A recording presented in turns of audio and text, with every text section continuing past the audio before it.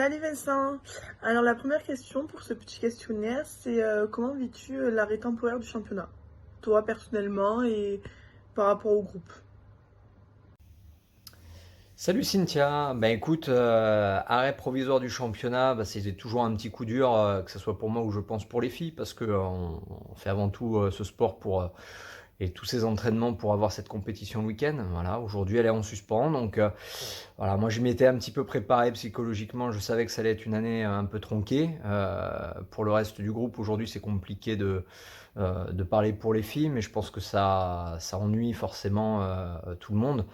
Donc l'objectif maintenant, ça va être de rester mobilisé en vue d'une reprise qu'on espère la plus tôt possible.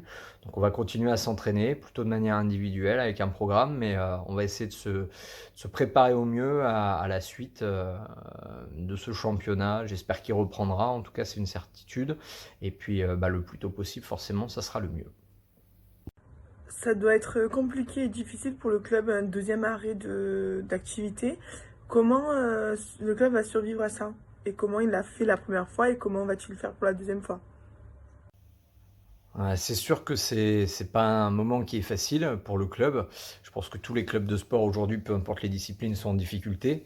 À mon sens, la grande force justement de Mazan, c'est la gestion jusque-là qui aura toujours été exemplaire. En tout cas, moi, depuis que je suis au club, ça fait 7 ans maintenant. Et la première crise, on a réussi à la passer plutôt de bonne manière avec un travail dans une projection, on va dire, qui a été intéressante. Pour la deuxième, on va essayer de se reconcentrer encore une fois sur le futur, plus ou moins proche. Essayer de mobiliser à nouveau toutes les forces au club pour pouvoir avancer sur différents projets. Voilà, aujourd'hui l'aspect compétition est compliqué, mais l'aspect développement, si on peut le maintenir et continuer avec les jeunes, ça sera déjà un point plutôt positif.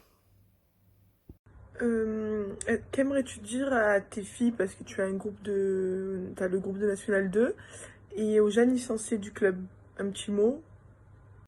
Euh, un petit mot à toutes les joueuses du club, joueurs jeunes également et même plus vieux qu'on a sur les différentes catégories. On sait qu'aujourd'hui, le sport en France se retrouve en difficulté. Le handball fait pas exception à la règle et nous, sur notre petit territoire vauclusien également. Il ne faut pas perdre espoir qu'on puisse reprendre quand même une activité assez prochainement.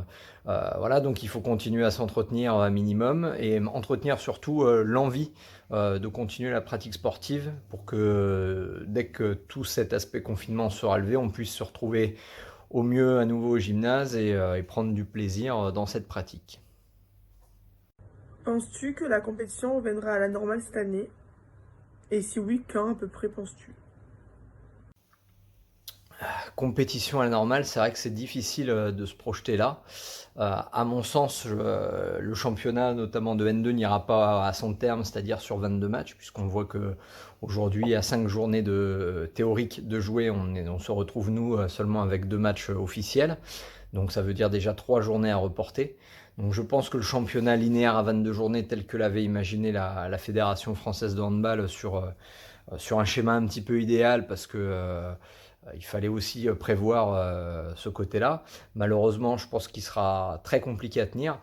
Je pense qu'aujourd'hui, justement, la commission sportive est en train de revoir un petit peu sa copie pour proposer quelque chose, et notamment au niveau national, mais également au niveau des régions et des départements, pour qu'on puisse reprendre la compétition au plus tôt. Alors quand est-ce que ça sera, ça c'est le grand mystère.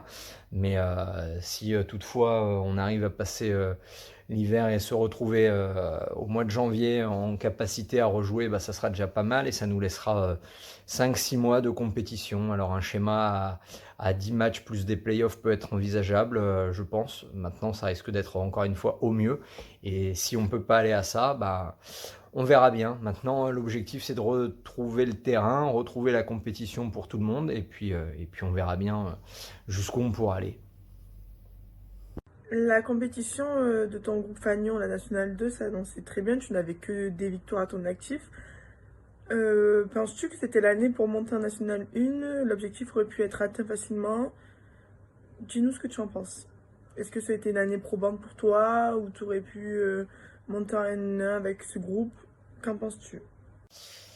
Alors dire que effectivement on avait l'objectif de monter en N1, c'était un petit peu présomptueux puisque l'an dernier c'était un objectif affirmé et on a vu que malheureusement ça a été un petit peu compliqué à appréhender pour tout le monde, joueuses et puis staff également, hein, je ne nous dédouane pas de ça. Maintenant peut-être que cette année les deux premiers résultats étaient vraiment intéressants. On sait qu'on a un groupe qui a été renouvelé d'un tiers avec un socle par contre très solide.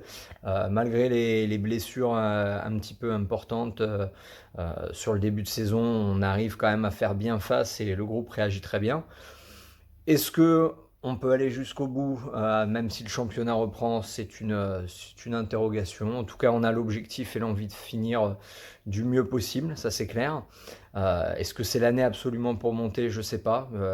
Autant on peut se retrouver toujours en position favorable en fin d'année, autant on peut nous dire que c'est une saison blanche. Ce qui est sûr, c'est qu'il faut continuer à travailler, et, voilà, avoir cet objectif de finir le plus haut possible. Puis après, on verra ce que l'avenir nous réserve et si d'aventure on devait se retrouver dans cette position. Par contre, on sait que le club est prêt à continuer à assumer ce niveau de jeu supplémentaire. Donc voilà, on fait tout pour s'y préparer. Ce sera cette année ou pas. L'avenir le dira. Alors merci beaucoup Vincent de m'avoir accordé du temps pour cette interview et j'espère à bientôt sur les terrains. Eh ben de rien, c'était avec plaisir Cynthia, et puis moi aussi, au plaisir de te retrouver le plus rapidement possible, opérationnel sur le terrain, bien évidemment.